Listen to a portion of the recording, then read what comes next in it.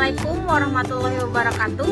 Perkenalkan, nama saya Putri Dian Amanda, mahasiswi Politeknik Negeri Subang dari Prodi Agroindustri dengan nomor pokok 10306043. Pada kesempatan kali ini, saya akan menjelaskan mengenai materi isi buku Pendidikan Pancasila untuk Pendidikan Tinggi dengan pengarang Dr. Ujang Carda, SSH, MH, MIP, MA.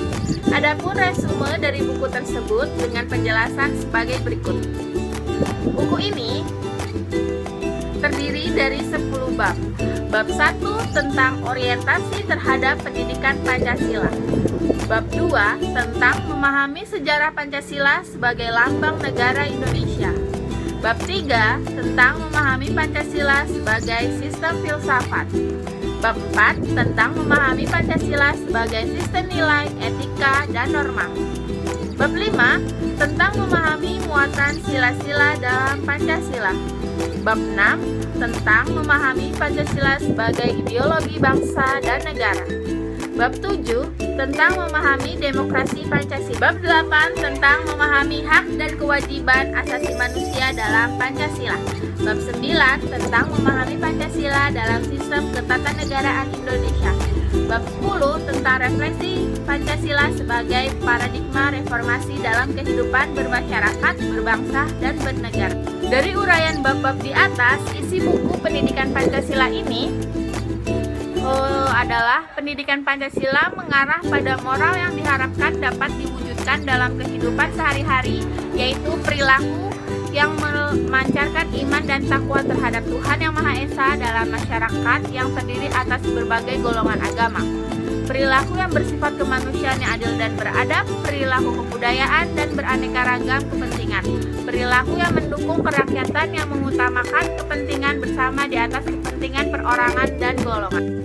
Secara spesifik, tujuan penyelenggaraan pendidikan Pancasila di perguruan tinggi adalah untuk yang pertama, memperkuat Pancasila sebagai dasar filsafat negara dan ideologi bangsa melalui revitalisasi nilai-nilai dasar Pancasila sebagai norma dasar kehidupan bermasyarakat, berbangsa, dan bernegara.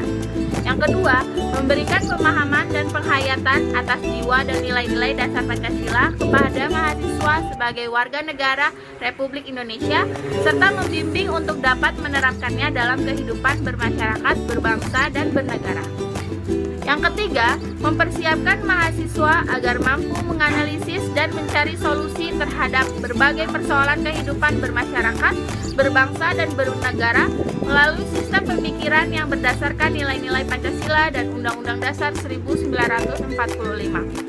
Yang keempat, membentuk sikap mental mahasiswa yang mampu mengapresiasikan nilai-nilai ketuhanan, kemanusiaan, kecintaan pada tanah air dan kesatuan bangsa, serta penguatan masyarakat madani yang demokratis, berkeadilan, dan bermartabat, berlandasan Pancasila untuk mampu berinteraksi dengan dinamika internal dan eksternal masyarakat bangsa Indonesia. Pancasila sebagai suatu sistem filsafat.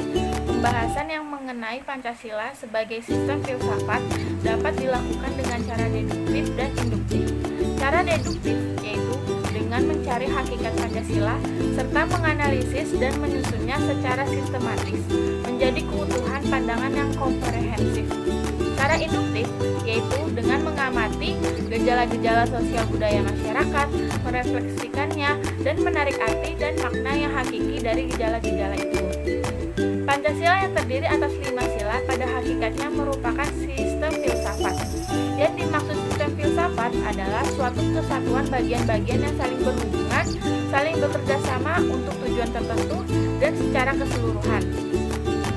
Sila-sila Pancasila yang merupakan sistem filsafat pada hakikatnya merupakan suatu kesatuan organis. Artinya antara sila-sila Pancasila itu saling berkaitan, saling berhubungan, bahkan saling mengkualifikasi. Pemikiran dasar yang tergantung dalam Pancasila yaitu pemikiran tentang manusia yang berhubungan dengan Tuhan, dengan diri sendiri, yang berhubungan dengan Tuhan, dengan diri sendiri, dengan sesama dan masyarakat, bangsa yang nilai-nilai itu dimiliki oleh bangsa Indonesia. Dengan demikian, Pancasila sebagai sistem filsafat memiliki ciri khas yang berbeda dengan sistem-sistem filsafat lainnya, seperti materialisme, idealisme, rasionalisme, liberalisme, dan komunisme, dan sebagainya. Ciri sistem filsafat Pancasila itu antara lain, sila-sila Pancasila merupakan satu kesatuan sistem yang bulat dan utuh. Susunan Pancasila dengan suatu sistem yang bulat dan utuh itu dapat digambarkan sebagai berikut, yaitu sila 1 meliputi, mendasari, dan menjiwai sila 2, 3, 4, dan 5. Begitupun seterusnya. Inti sila-sila Pancasila meliputi Tuhan yaitu sebagai kausa prima, manusia yaitu sebagai makhluk hidup dan makhluk sosial, satu yaitu kesatuan memiliki kepribadian sendiri, lalu rakyat yaitu unsur mutlak negara harus bekerja sama dan gotong royong, lalu adil yaitu memberi keadilan kepada diri sendiri dan orang lain yang menjadi haknya. Demikian resume buku ini saya buat untuk mata kuliah pendidikan Pancasila. Wassalamualaikum warahmatullahi wabarakatuh.